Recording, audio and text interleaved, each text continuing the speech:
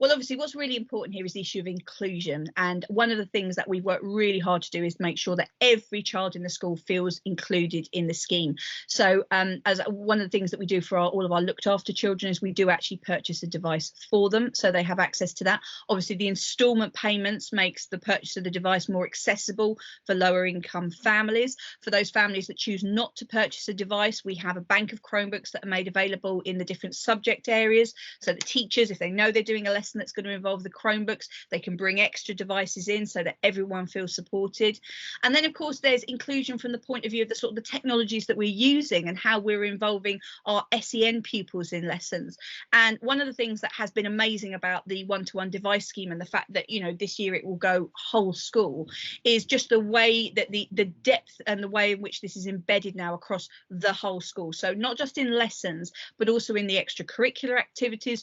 As an example, in the library, all of our pupils have reading lessons. When they go into the library reading logs, the work they do with accelerated reader is now all on Google Classroom. So we're able to offer ebooks for the pupils to access at home.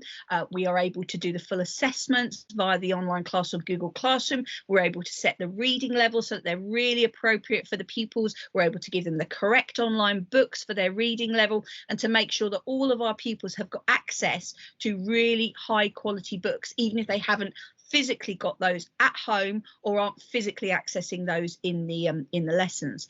And we've looked at every way that we can possibly make these devices accessible. So, for example, EAL pupils are able to turn on some of the translate features on their Chromebooks so that they can fully understand what is being shared with them. We also turn on the accessibility tools for certain pupils that we know need the sort of the larger size cursors, for examples, or they need to have the screen increase in size when they're looking at it.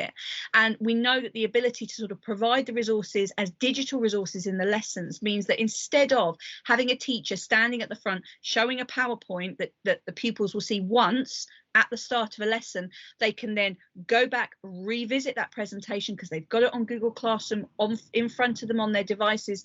And when they go home and they engage with their homework, they have got that same presentation there. So we found that right across the school, it is making everything much more accessible because all of this technology is now at the pupils' fingertips.